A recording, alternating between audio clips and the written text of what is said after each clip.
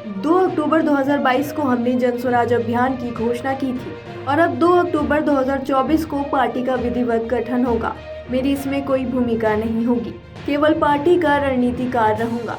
यह घोषणा जन स्वराज के संस्थापक प्रशांत किशोर ने बुधवार को सुपौल के विलियम्स मैदान में प्रेस कॉन्फ्रेंस में की। पीके ने कहा कि अगले साल मार्च से जुलाई के बीच में हम बिहार की प्रत्येक पंचायत को विकसित करने का रोड मैप लोगों के सामने रखेंगे, लेकिन जिन मुफ्तखोरों को बिना काम किए एक दूसरे का खौफ दिखाकर लोगों का वोट लेने की आदत है, वही लोग मुझे बी टीम बताते हैं। मैं जनता का बी टीम हूँ, लेकिन उन्हें ए टीम बनाकर ही दम लूंगा।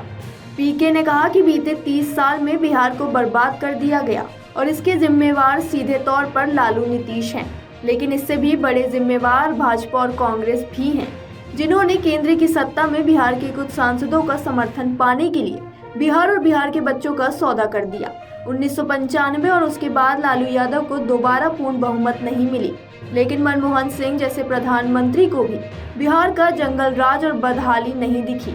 वहीं भाजपा भी अन्य राज्यों की तरह पार्टी को तोड़कर और विधायक खरीद कर सत्ता हासिल करने वाली भाजपा भी बिहार में 80 सीट के बाद भी शांत बैठी है। नीतीश कुमार से भी पलटी मार तो ये लोग हैं। तेजस्वी की आभार यात्रा से जुड़े एक प्रश्न पर पीके ने कहा कि उन्हें तो आभार जताना ही चाहिए।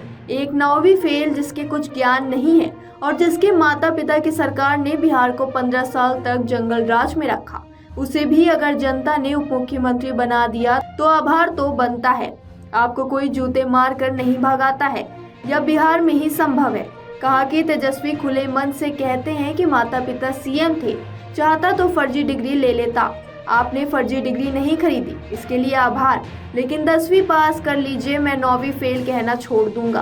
पीके ने एक सवाल के जवाब में कहा कि एक ही आईएएस अधिकारी अलग अलग विभाग में पदस्थापित होता है और उस विभाग का विशेषज्ञ मान लिया जाता है। यह कैसे संभव हो सकता है? राज्य और देश के शीर्ष पदों पर लेटरल एंट्री से विशेषज्ञ की नियुक्ति होनी ही चाहिए। परमाणु शोध, टेलीकॉम, ग्रीन एनर्जी, आधार कार्ड सहित जितने भी बड़े बदलाव हुए वह किसी आईएएस ने नहीं, लेटरल एंट्री वालों ने ही किया।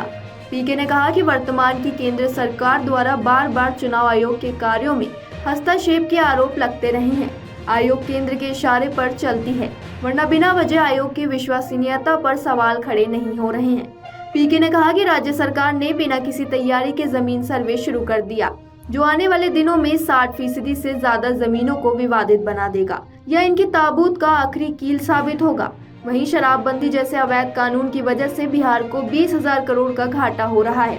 गरीब और पिछड़े लोग जेल में हैं या केस लड़ रहे हैं, जबकि पैसे वाले लोग, भ्रष्ट अधिकारी और नेता के जेब में या पैसा पहुंच रहा है। अगर हमारी सरकार बनी तो पहले कुछ मिनटों में ही हम इस कानून को वापस लेंगे। अगर आप ये वीडियो YouTube पर देख रहे हैं तो हमारे चैनल को सब्सक्राइब करें और बेल आइकन को दबाना ना भूलें। अगर आप Facebook पर ये वीडियो देख रहे हैं तो हमारे पेज को लाइक करें।